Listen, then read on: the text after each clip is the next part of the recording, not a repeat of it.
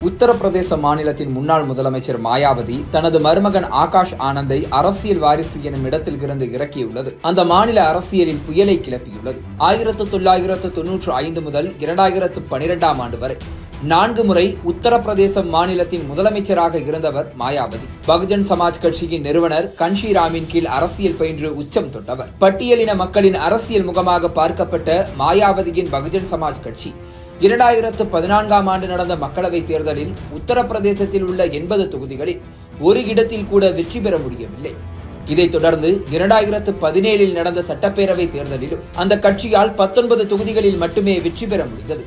இது 2012 அந்த கட்சி வென்ற இடங்களை விட 61 தொகுதிகள் குறைவு. இதனால் தனது அரசியல் எதிர்காலம் குறித்து அஞ்சிய மாயாவதி 2019 சமாஜ்வாதி மற்றும் ராஷ்டிரிய லோக்தள் கட்சிகளுடன் இணைந்து கூட்டணி அமைத்து தேர்தலை எதிர்கொண்டார். அந்த நேரத்தில்தான் லண்டனில் இருந்து இந்தியா திரும்பிய தனது சகோதரன் ஆனந்த் குமாரின் 22 வயது மகன் ஆகாஷ் ஆனந்தை களத்தில் இறக்கிவிட்டார். அத்தைக்காக ஓடி ஆடி பிரச்சாரம் செய்த அந்த இளம் லண்டன் ரிட்டன் அரசியல்வாதி உத்தரப்பிரதேச நகரங்களில் டாக் ஆஃப் தி டவுனாக மாறினார்.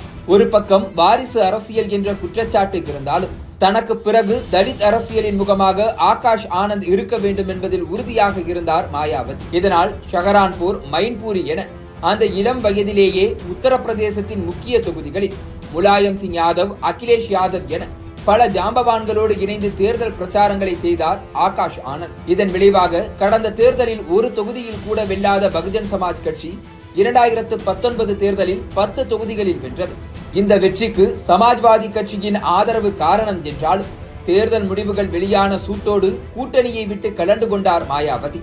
இதன் பிறகு அவர் மேற்கொண்ட அரசியல் நகர்வுகள் பாஜகவுக்கு ஆதரவாக இருப்பதாக ஒரு பக்கம் விமர்சனம் எழ, இன்னொரு பக்கம் பீம் ஆர்மி நிறுவனர் சந்திரசேகர ஆசாத் தலித் அரசியலின் முகமாக மாறி மாயாவதியை முந்தினார். இதனால் பீதியடைந்த மாயாவதி தனது மருமகன் ஆகாஷ் ஆனந்துக்கான முக்கியத்துவத்தை அதிகரித்தார். உத்தரப்பிரதேசத்தில் தலித் அரசியலின் இளம் முகமாக அவரை உருவகப்படுத்தினார். 2023 ஆண்டின் இறுதியில் ஆகாஷ் ஆனந்தை தனது அரசியல் வாரிசாகவும் பகுஜன் சமாஜின் தேசிய ஒருங்கிணைப்பாளராகவும் நியமித்தார். அத்தையின் எண்ண ஓட்டத்தை புரிந்து கொண்ட ஆகாஷ் சந்திரசேகர ஆசாத்தை போலவே மோடி அரசை கேள்விகளால் துளைத்தெடுத்தார்.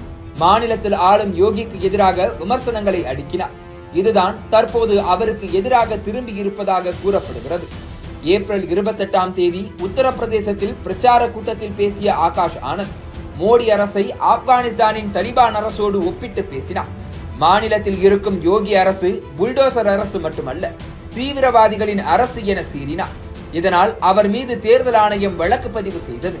இந்த நிலையில்தான் மே 7 3ஆம் கட்ட வாக்குப்பதிவு முடிந்த சில மணி நேரங்களில் ஆகாஷ் ஆனந்தை அரசியல் வாரிசு பொறுப்பு மற்றும் தேசிய ஒருங்கிணைப்பாளர் பொறுப்புகளில் இருந்து தூக்கி எறிந்துள்ளார் மாயாவதி.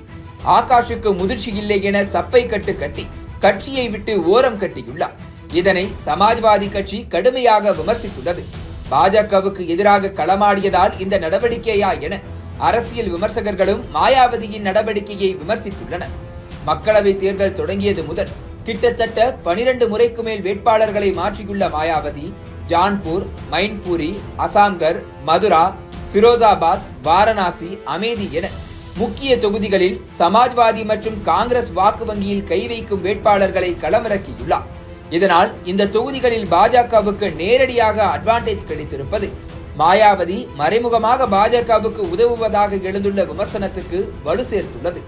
தற்போது பாஜகவுக்கு எதிராக களமாடிய மருமகனையும் மாயாவதி அடக்கி வைத்திருப்பது அவர் மீதான விமர்சனங்களை தீவிரப்படுத்தியுள்ளது. ஆகாஷ் ஆனந்த் அத்தையுடன் சமரசம் செய்து அரசியல் களத்துக்கு ரீஎன்ட்ரி கொடுப்பாரா?